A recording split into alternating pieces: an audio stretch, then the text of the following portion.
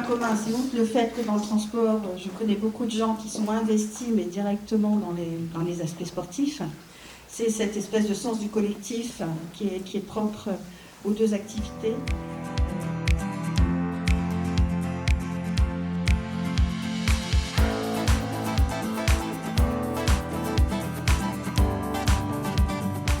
Là, c'est un petit peu le fait de se demander si le management du transport routier de marchandises ne pouvait pas s'enrichir de celui du rugby. Et déjà, la sécurité, c'est le respect des règles.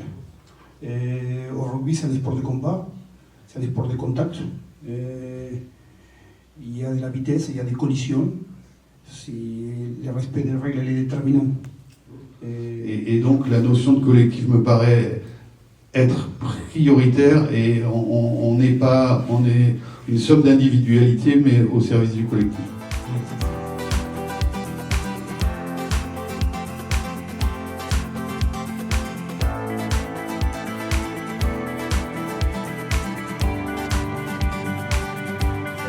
On la voit dans nos métiers, l'union fait la force et moi je le vois en rentrant à la FNTR, en rentrant à la FT avec le CRFPTL, en rentrant chez Trait d'Union, effectivement, s'entourer, échanger.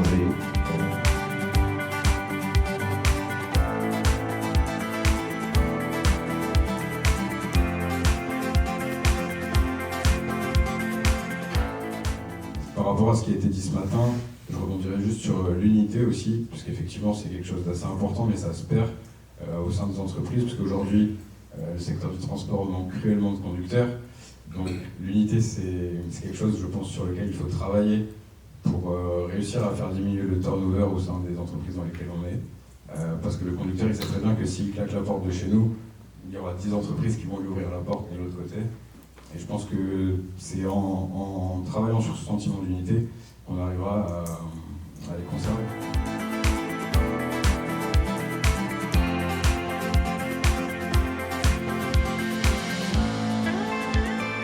Je pense que ça a toujours été dur et contraignant. Par contre, aujourd'hui, avec toutes les attentes, notamment quand on parle de qualité de vie au travail, tout ce qu'on attend d'un manager, ça devient extrêmement ambitieux, exigeant, et c'est en ça que ça rend la fonction encore plus périlleuse.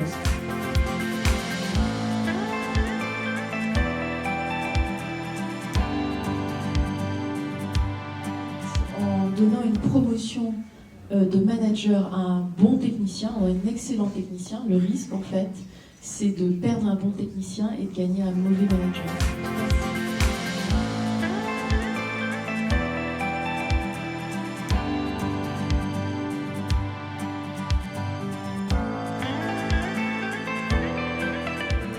Et puis après, j'ai un second souci, c'est que je voulais tout faire, tout maîtriser. Et grosse erreur. Savoir déléguer, ça m'a pris du temps, des heures. Je conçois le management, moi de mon côté, par l'exemple.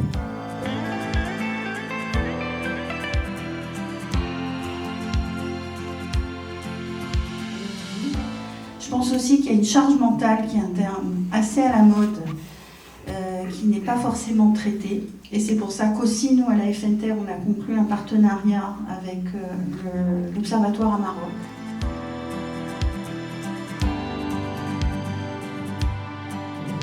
Si vous aviez un message à faire passer à vos collègues transporteurs, managers, ce serait lequel ?